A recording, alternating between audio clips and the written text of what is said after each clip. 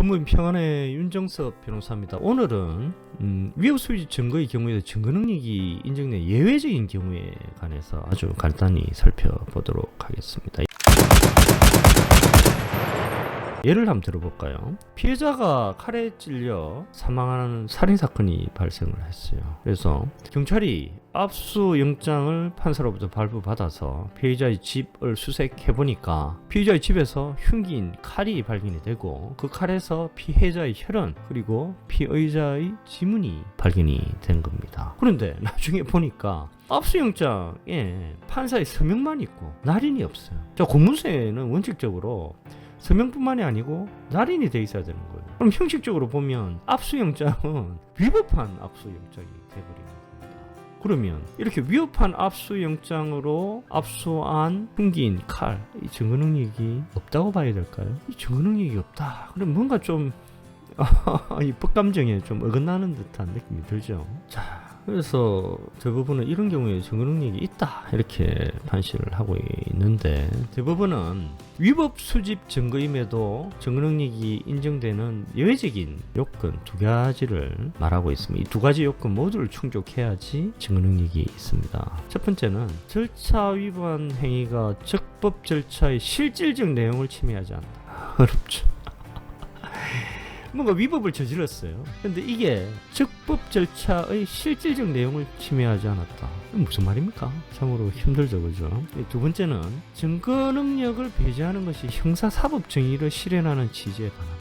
야, 한마디로 이건 무슨 말이냐면, 아까 그 살인사건에서 판사가 서명을 했는데 날인이 빼가지고 살인사건이라는 이 아주 중대한 사건의 결정적인 증거인 흉기의 증거 능력을 배제할 수 있겠냐 이 말이죠. 아니, 너무 이게 이렇게 배제해버리면 수사기관의 어떤 사소한 실수 이거로 아주 중대한 사건의 증거가, 그 증거가 결정적인 증거가 증거 능력이 배제돼서 심지어는 그 때문에 피고인이 무죄 판결이 선고될 수 있다. 이거는 뭔가 법감정에 반하는 거 아니냐, 이런 정신이 반영됐다고 볼 수 있습니다.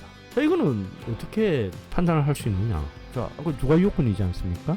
절차 위반 행위가 적법 절차의 실질 내용을 침해하지 않고, 두 번째, 증거 능력을 배제하는 것이 형사사법 정의를 실현하는 취지에 반한다. 참 어렵죠, 그죠? 어떤 경우에 이런 게 적용이 되겠습니까? 이거는 구체적인 예를 자꾸 보면서 감으로 느낄 수밖에 없습니다. 제가 예를 몇 가지 한번 들어보겠습니다. 경찰이 피의자 신문하는데 진술거부권을 고지를 안 했어요. 근데 피의자가 혼자 조사를 받았거든요. 한참 지나서 피해자를 불러보니까 변호인을 데려하고 왔어요. 그러면서 또 자백을 해요. 자, 이 경우 이 자백에 대해서 증거 능력이 있느냐? 대부분은 증거 능력이 있다라는 겁니다. 자, 보세요. 이 사건은 처음 자백, 이게 위법하죠, 그죠? 왜냐하면 진술거부권을 고지하지 않았지 않습니까? 근데 시간이 많이 흘렀어요. 그리고 변호인의 조력을 받았어요. 그러면 또 자백을 한단 말이죠. 이렇게 위법한 수사하고 뭔가 단절 내지는 희석이 됐죠, 그죠? 이런 경우에는 증거 능력을 인정을 한다는 겁니다. 두 번째 예를 한번 들어볼까요? 전에 제가 말씀드렸다시피 구속영장을 집행을 할 때는 구속영장을 제시를 해야 되는 거예요. 근데 수사기관이 구속영장을 제시하지 않고 구속을 해버렸어요. 근데 이제 구속이 됐잖아요, 그죠? 근데 구속 중에 변호인하고 충분한 상의를 거쳤어요. 그 이후에 기소가 됐어요. 법정에서 또 자백을 하는 거예요. 이런 경우 이 자백은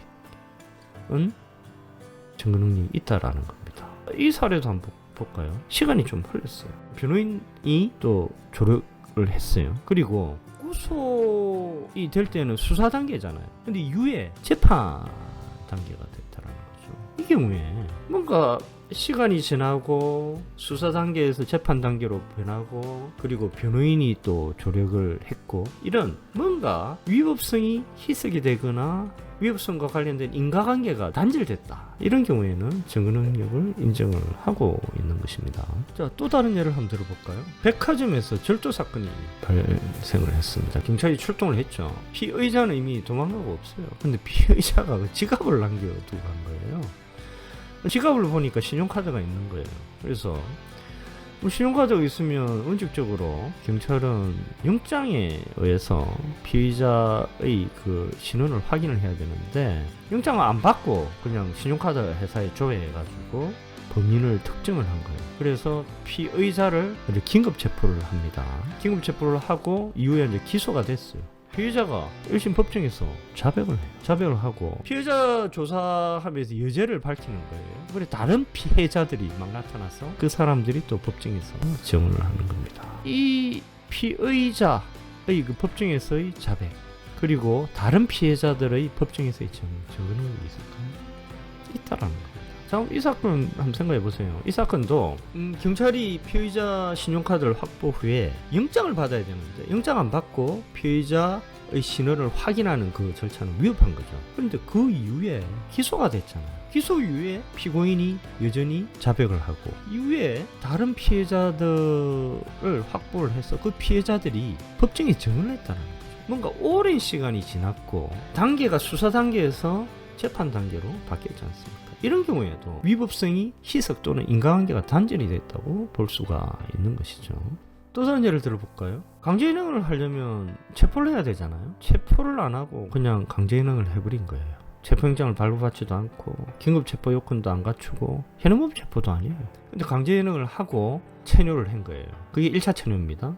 보니까 필로폰 양성 반응이 나왔어요. 이후에 경찰이 어떻게 하느냐, 법원으로부터 소변에 대한 압수 영장을 발부받아서 2차 체류를 했는데 2차 체류를 해보니까 역시 필로폰 양성 반응이 나왔어요. 그럼 2차 체류 시의 필로폰 양성 반응, 이게 증거능력이 있을 것인가? 증거능력이 있다라는 것이죠. 자, 이거는 어떻게 단절이 했느냐? 2차 체류 당시에는 법원의 압수 영장을 발부를 받았지 않습니까? 뭔가 인과관계가 또 단절이 된 거죠. 그래서 이 증거능력이 있다라는 겁니다. 그리고 또 다른 예는 아까 제가 처음에 예를 들었다시피 압수 영장에 판사의 서명만 있고 날인이 없어요. 근데 이 사안을 보면 압수 영장이 야간 집행의 경우에는 판사가 또 별도로 서명 날인을 해야 돼요. 근데 이 영장에는 야간 집행과 관련돼서 판사가 서명 날인이 돼 있어요. 그리고 압수 영장에 간인이 다 돼 있어요. 그리고 수사기관은 이 압수 영장을 자세히 안 본 거예요. 자세히 안 보고 어쨌든 판사 서명이 있으니까 이건 적법하다 이렇게 판단을 하고 영장을 집행했다는 겁니다. 그래서 이렇게 압수영장에 판사의 서명만 있고 날인이 없는 경우에도 그걸 근거로 해서 압수된 압수물은 증거능력이 있다라는 것이 대부분의 입장입니다. 이렇게 위법 수집 증거임에도 불구하고 증거능력이 인정되는 예를 쭉 보면 몇 가지 공통점이 있습니다.